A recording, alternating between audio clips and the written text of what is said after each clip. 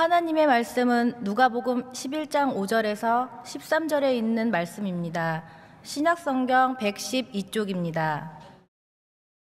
또 이르시되 너희 중에 누가 벗이 있는데 밤중에 그에게 가서 말하기를 벗이여 떡 3덩이를 내게 구워달라. 내 벗이 여행 중에 내게 왔으나 내가 먹일 것이 없노라 하면 그가 안에서 대답하여 이르되 나를 괴롭게 하지 말라. 문이 이미 닫혔고 아이들이 나와 함께 침실에 누웠으니 일어나 내게 줄 수가 없노라 하겠느냐. 내가 너희에게 말하노니 비록 벗됨으로 인하여서는 일어나서 주지 아니할지라도 그 간청함을 인하여 일어나 그 요구대로 주리라. 내가 또 너희에게 이르노니 구하라 그러면 너희에게 주실 것이요 찾으라 그러면 찾아낼 것이요 문을 두드리라 그러면 너희에게 열릴 것이니 구하는 이마다 받을 것이요 찾는 이는 찾아낼 것이요 두드리는 이에게는 열릴 것이니라. 너희 중에 아버지 된 자로서 누가 아들이 생선을 달라 하는데 생선 대신에 뱀을 주며 알을 달라 하는데 정갈을 주겠느냐. 너희가 악할지라도 좋은 것을 자식에게 줄 알거든 하물며 너희 하늘 아버지께서 구하는 자에게 성령을 주시지 않겠느냐 하시니라. 아멘. 오늘 이 시간 간청하는 자의 비유라는 제목으로 누가복음 11장 1절에서 13절까지의 말씀을 함께 살펴보고자 합니다. 올림픽에 보면 육상이라고 하는 스포츠가 있습니다. 이 육상이라는 스포츠는 흔히 알고 계신 것처럼 50m 달리기, 마라톤, 장대 높이 뛰기, 창멀리 던지기, 투포환 멀리 던지기와 같은 많은 종목이 그 육상 안에 들어 있습니다. 제가 중학생 시절 투포환 멀리 던지기라는 종목에 참여했던 기억이 있습니다. 이 투포환이라고 하는 종목은요 7kg 정도 하는 쇠로 만든 공을 가장 멀리 던지는 사람이 이기는 종목입니다. 제가 이 투포환 대회에 참여하게 된 것은요 중학교에 입학하던 해에 시민체육대회라고 해서 시에서 각 학교 대표들이 모여서 겨루는 육상대회가 열리게 되었습니다. 제가 초등학교 6학년 때 키와 몸무게가 지금 키와 몸무게가 동일합니다. 중학교 1학년 때 이 몸이 되었으니까요 저를 유심히 지켜보시던 체육 선생님께서 저를 강제로 투포환 선수로 등록을 해버리셨습니다. 그리고 저는 어쩔 수 없이 한 일주일 정도 연습하고 투포환 경기에 나가게 되었는데요. 이 경기에서요 제가 9m 80cm를 던지게 되었고 시에서 1등을 하게 되었습니다. 감사합니다. 박수 칠 건 아니에요. 박수 칠 건 아니고요. 네.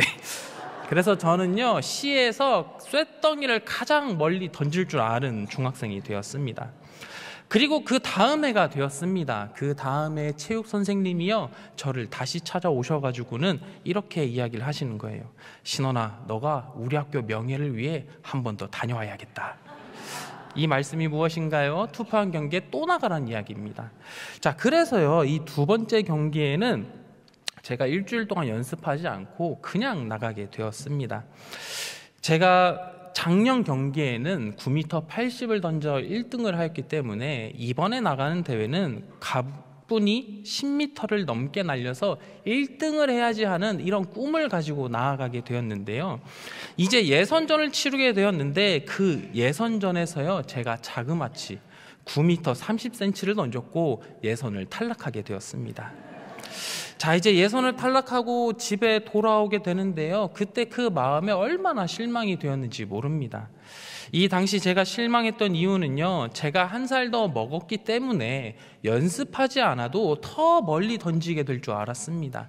그래서 그러한 기대감을 가지고 나아갔는데 그런데 막상 최종 기록이 작년보다도 못한 성적이 나왔기 때문에 참으로 실망스러웠습니다. 제가 이 일을 겪으면서 깨닫게 된 것이요. 시간이 흘러간다고 한들 실력이 저절로 늘어나는 것이 아니다라는 것을 깨닫게 되었습니다. 이게 무슨 말이냐면요. 예를 들어 우리가 영어 시험을 앞두고 있다고 생각을 해 보겠습니다. 영어 시험을 잘 보기 위해서는 우리는 무엇을 해야 하나요? 당연히 영어 듣기도 연습해야 되고 단어도 많이 외워야 하고 그리고 문법도 계속해서 확인해야 합니다. 그런데 이런 공부하는 시간 혹은 훈련하는 시간이 없다면 영어 시험을 볼 때 좋은 성적을 거둘 수 있을까요? 매일 밥을 잘 먹고 열심히 잠을 잘 잔다고 한들 영어 성적이요 저절로 오르지는 않습니다. 당연히 이 영어 성적을 올리기 위해서는 그에 맞는 공부를 해야 하는 것이고 그에 맞는 훈련 시간을 가져야 한다는 것입니다. 이것은 너무나 당연한 이야기입니다. 자, 그렇다면 우리의 믿음에 대해서도 한번 생각해 보시길 소망합니다. 우리의 목표는 무엇인가요? 당연히 우리의 목표는 그리스도의 장성한 분량까지 성장하는 것이 우리 삶의 지향점입니다. 그런데 우리의 믿음이요, 잠을 잘 자고 밥을 잘 먹으면 우리의 믿음이 알아서 잘 성장할까요? 물론 우리가 구원을 받게 되는 것은 오직 믿음으로 말미암아 구원을 받습니다. 그러나 믿음의 성장이라는 측면에서 생각해 볼 때 우리가 아무것도 하지 않는다면, 우리가 아무런 노력을 하지 않는다면, 그리고 아무런 훈련을 받지 않는다면 우리의 믿음은 알아서 성장하는 것은 굉장히 어렵다라는 것입니다. 그렇게 우리의 믿음을 성장하기 위해서는요, 우리가 하나님의 백성이며 예수 그리스도의 제자답게 살아가기 위해서는요, 우리는 부단히 훈련해야 합니다. 우리가 아무리 교회 20년이고 30년이고 오랫동안 다녔다고 한들 우리가 훈련받지 않고 행동으로 나타내지 않는다면 우리의 믿음이 성장한다는 것은요, 매우 어려운 일입니다. 우리 성도님들, 우리의 삶을 점검해 보시길 소망합니다.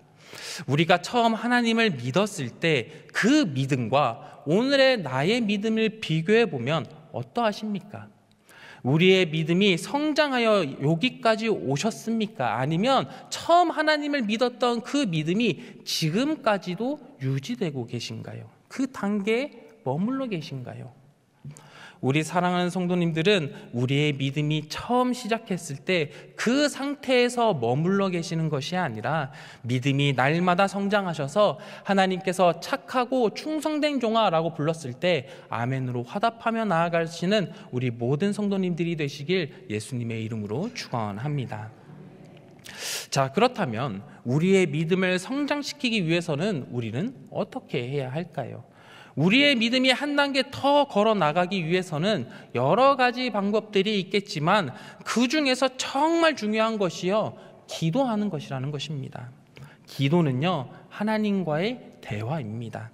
그렇게 우리가 기도할 때 중요한 것은 하나님의 뜻을 구하며 기도해야 합니다. 우리가 하나님 앞에 머릿속에 하나님의 뜻을 구하며 기도할 때 하나님께서는요, 우리의 마음속에 위로와 소망을 더하여 주십니다. 그리고 그 기도를 통해 우리의 믿음이 더욱 단단하게 뿌리 내릴 수 있도록 하나님께서는 힘과 능력 또한 더하여 주시는 분이십니다. 그렇게 우리는 항상 하나님 앞에 무릎 꿇고 기도하셔야 합니다. 오늘 우리가 함께 읽은 이 누가복음 11장의 말씀은 우리가 어떻게 기도해야 하는지 알려주고 또한 기도함을 통해 우리의 믿음이 성장되어진다는 사실이 기록된 말씀입니다. 이 시간 말씀을 함께 살펴볼 때 우리 또한 항상 기도함으로 하나님 앞에 승리하시는 삶을 살아가시는 모든 성도님들이 되시길 또한 예수님의 이름으로 축원합니다. 먼저 예수님께서는요, 1절에서 4절까지의 말씀을 통해 우리가 이 땅에서 무엇을 기도해야 하는지 알려주셨습니다. 아까 읽지는 않았지만요, 1절의 말씀을 함께 읽어보도록 하겠습니다. 누가복음 11장 1절의 말씀입니다. 시작.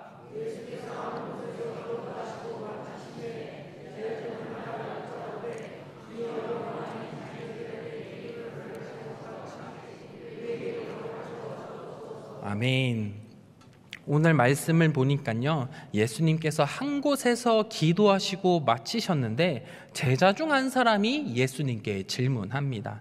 주여, 요한이 자기 제자들에게 기도를 가르친 것과 같이 우리에게도 가르쳐 주옵소서.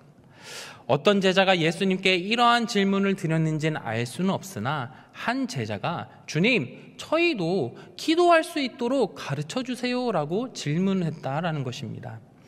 이 제자의 질문은요, 우리에게 한 가지 의문이 생기게 합니다. 제자들은요, 예수님께 기도를 알려주세요라고 하는 이 질문을 왜 했을까라는 것입니다. 기도하는 방법을 알려달라고 하는 이 질문은 새가족들이 교회에 처음 와서 할 법한 질문입니다.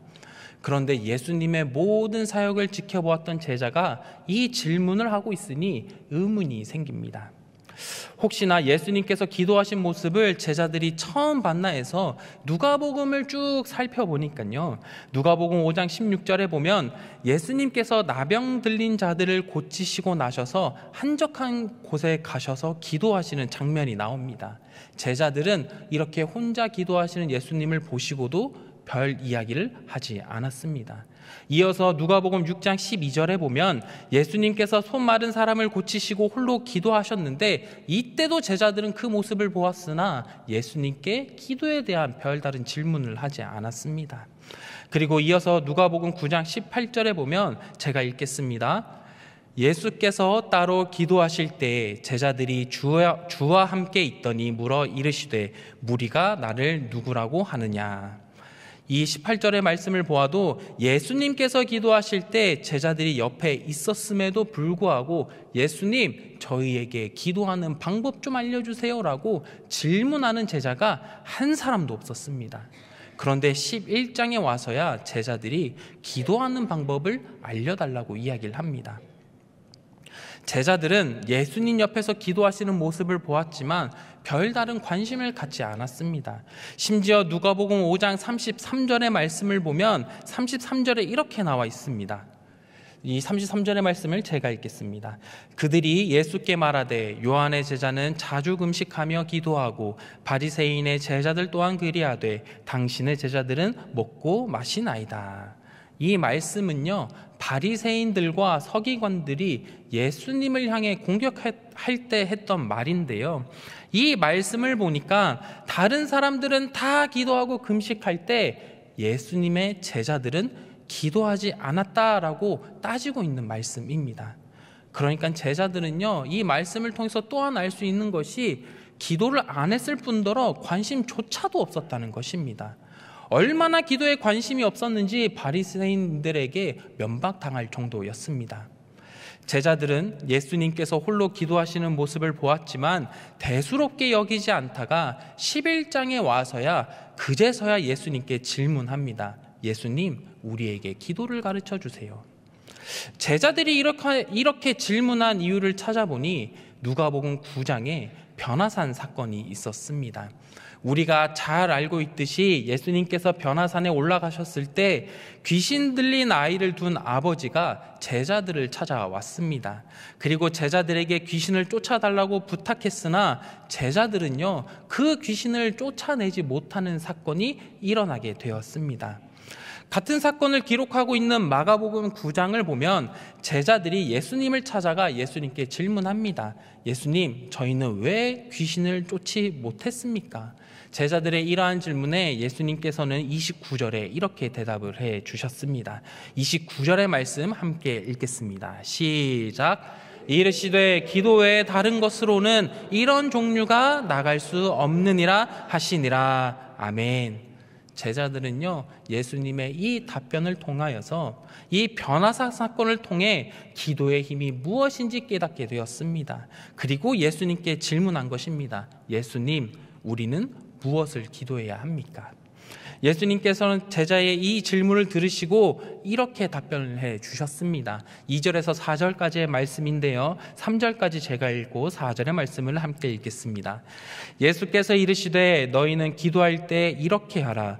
아버지여, 이름이 거룩히 여김을 받으시오며 나라가 임하시오며 우리에게 날마다 일용한 양식을 주시옵고. 4절의 말씀 함께 읽겠습니다. 시작.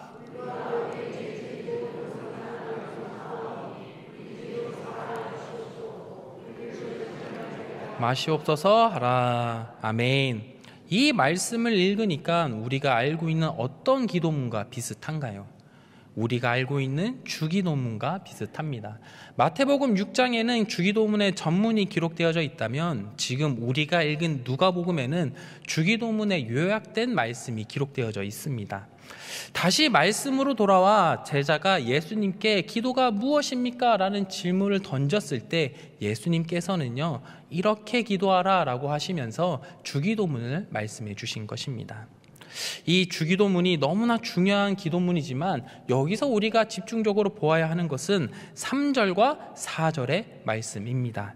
3절의 말씀을 보면 우리에게 날마다 일용할 양식을 주시옵고, 그리고 4절을 보면 우리 죄도 사해 주시옵시고 우리를 시험에 들게 하지 마시옵고 라고 예수님께서는 기도를 알려주셨습니다.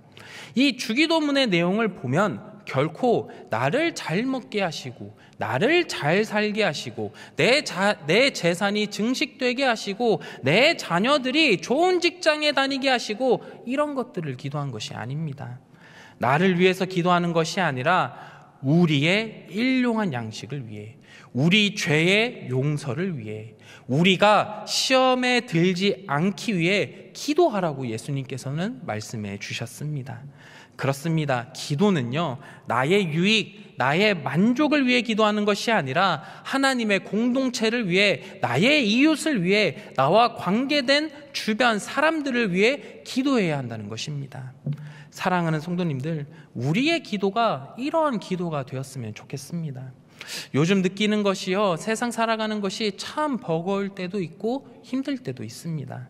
이러한 순간에 놓였을 때 우리가 기도해야 하는 방향성은 내가 좀 더 윤택하게 살기 위해, 내가 좀 더 평안하기 위해 기도하는 것이 아니라 하나님께서 보내주신 우리 공동체를 위해, 하나님께서 보내주신 나의 이웃들과 주변 사람들을 위해 기도하셔야 한다는 것입니다.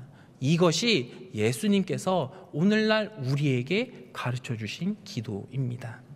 그렇게 우리 성도님들께서는 나를 위한 기도가 아니라 우리를 위한 기도, 공동체를 위한 기도하시는 우리 성도님들이 되시길 예수님의 이름으로 축원합니다. 이어서 예수님께서는요, 간청하는 자의 비유를 통해 어떻게 기도해야 되는지에 대해서 계속해서 말씀해 주고 계십니다. 이 비유를 보게 되면 3명의 친구가 등장을 합니다. 그런데 이 인물들의 이름이 나오지 않고 벗으로만 기록되었기 때문에 이 말씀을 볼 때 두 눈 크게 뜨고 읽지 않으면 참으로 헷갈리는 말씀입니다. 그래서 제가 임의대로 철수, 영구, 맹구라는 이름을 붙여서 설명을 드리면 이 비유의 내용은 이러합니다. 어느 날 커다란 보름달이 뜨고 별빛이 쏟아지는 한밤중에 영구가 철수에게 찾아갔습니다. 그리고 영구가 이렇게 이야기합니다. 철수야, 나에게 떡 3덩이만 빌려다오. 영구는요, 한밤중에 철수를 찾아가 먹을 것 좀 달라고 부탁한 것입니다. 오늘날 먹을 것이 필요하면 우리가 어떻게 하면 되나요? 핸드폰을 꺼내서 배달의 민족을 켜고 주문하면 됩니다. 혹은 편의점에 가서요, 자신이 먹고 싶은 것을 사오면 됩니다. 그러나 이 성경의 시대에는요, 핸드폰이나 편의점이 있던 것이 아니기 때문에 한밤중에 먹을 것이 필요하면 친구 집에 가서 빌리는 수밖에 없었습니다. 그래서 영구가 먹을 것을 왜 빌려달라고 했는지 6절에 보니까요, 6절에 이렇게 나와 있습니다. 6절의 말씀 제가 읽겠습니다. 내 벗이 여행 중에 내게 왔으나 내가 먹일 것이 없노라 하면. 자, 영구가 철수의 집에 가서요, 먹을 것을 빌리러 간 이유는 한밤중에 여행 중이던 맹구가 찾아왔기 때문입니다. 그리고 맹구가 찾아와서요, 먹을 것을 달라고 부탁했습니다. 이 당시 문화는 서로 돕고 돕는 문화였기 때문에 자신의 집에 손님이 오게 되면 정성껏 그 손님을 도왔습니다. 자, 다시 이 비유에 대해서 정리를 하면요, 맹구가 한밤중에 영구네 집에 찾아오게 되었고, 먹을 것이 없던 영구는 철순에 가서 먹을 것 좀 달라고 부탁하고 있는 말씀입니다. 그리고 철수는요, 그 영구의 부탁대로 먹을 것을 내어 주었습니다. 그리고 이어서 예수님께서는요, 8절과 같이 말씀하셨습니다. 8절의 말씀 함께 읽겠습니다. 시작.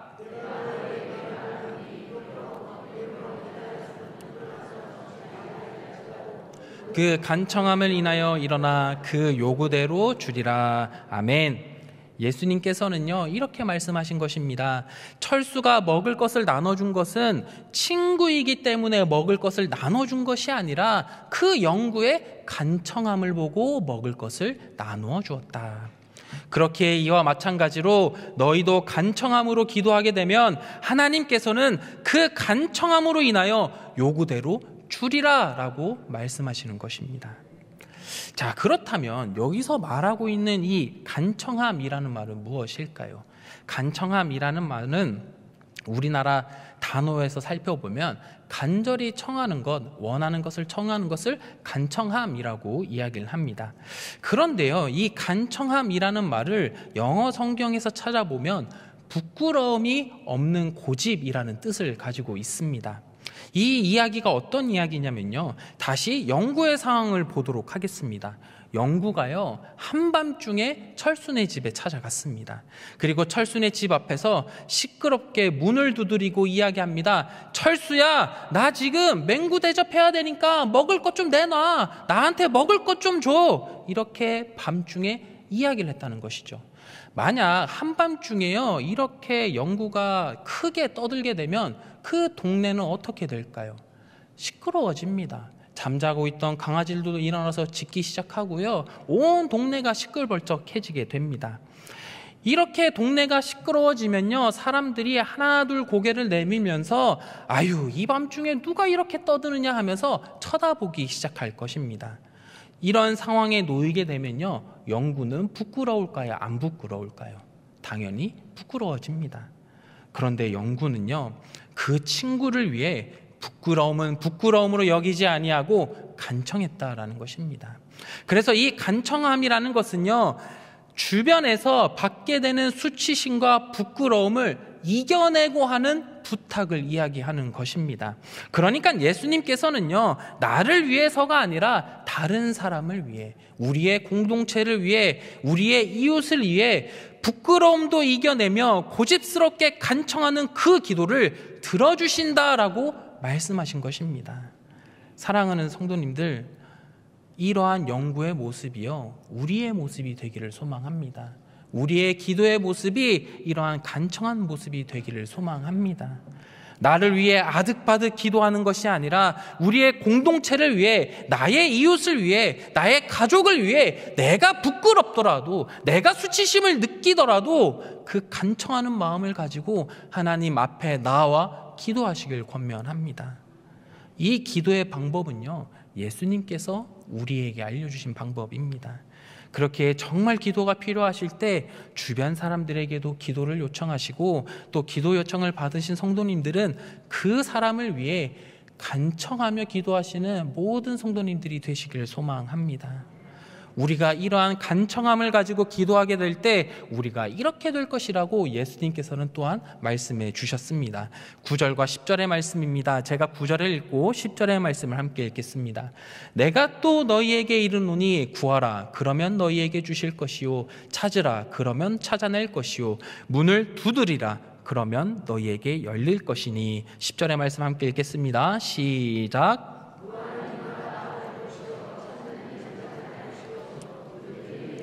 열릴 것이니라. 아멘. 이 말씀은 무엇을 이야기하나요? 구하라 그러면 너희에게 주실 것이요, 찾으라 그러면 찾아낼 것이요, 문을 두드리라 그리하면 너에게 열릴 것이니, 구하는 이마다 받을 것이요, 찾는 이는 찾아낼 것이요, 두드리는 이에게는 열릴 것이니라. 아멘.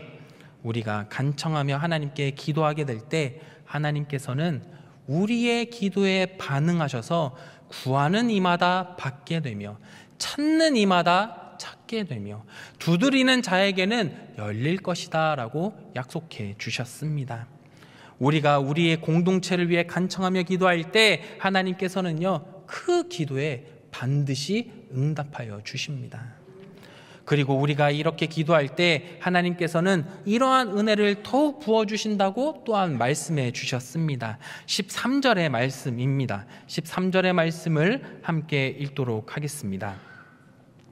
누가복음 11장 13절의 말씀입니다.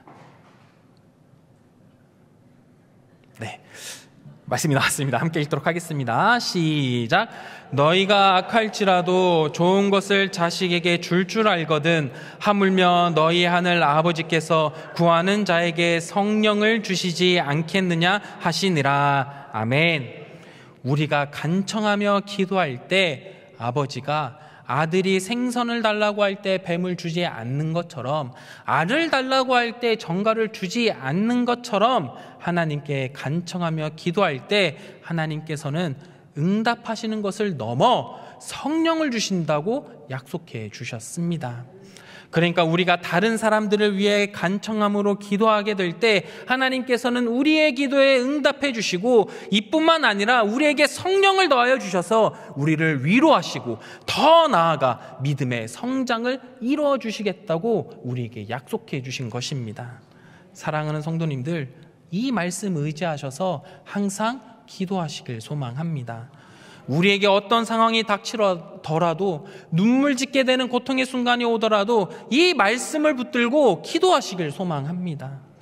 우리의 상황과 환경이 어떠한들 하나님의 뜻을 구하며 간청하며 기도할 때 하나님께서는요, 그 기도에 응답하여 주시고 거기에 더불어 우리를 성령 충만한 삶으로 인도하여 주실 줄로 믿습니다. 그렇게 우리가 기도하며 나아갈 때 성령님이 나와 함께 하사 이 세상을 이겨낼 힘과 능력을 더하여 주시며 우리의 믿음을 더욱 성장시켜 주실 줄로 또한 믿습니다. 이제 말씀을 마치고자 합니다. 예수님의 기도에 관심도 없던 제자들이요, 변화산 사건 이후에는 기도의 능력을 깨닫게 되었습니다. 그래서 제자들이 예수님께 예수님, 기도는 어떻게 해야 하는 것입니까? 라고 질문을 하게 되었고, 예수님께서는 너희들은 이렇게 기도하라 라며 주기도문을 알려주셨습니다. 그리고 이러한 기도의 내용은 우리가 기도할 때 나를 위해, 나의 만족을 위해 기도하는 것이 아니라 우리의 공동체를 위해, 우리의 이웃을 위해 기도하라고 하는 것이 오늘의 말씀이었습니다. 그렇게 우리 사랑하는 성도님들, 이러한 예수님의 기도를 기억하셔서 우리의 공동체, 이웃, 가족을 위해 간청하며 간절히 기도하시길 소망합니다. 우리가 이렇게 기도하며 나아갈 때 하나님께서는 그 기도에 응답해 주실 뿐만 아니라 성령 충만케 하셔서 우리의 믿음 또한 성장케 해주신다는 그 사실을 꼭 기억하시길 소망합니다. 우리 사랑하는 성도님들, 이 말씀을 기억하심으로 인하여 우리가 믿음이 뒤로 후퇴하는 것이 아니라, 우리의 믿음이 정체되는 것이 아니라 날마다 하나님께서 정해놓으신 그 장성한 분량까지 달려가시는 우리 모든 성도님들이 되시길 예수님의 이름으로 축원합니다. 기도하겠습니다.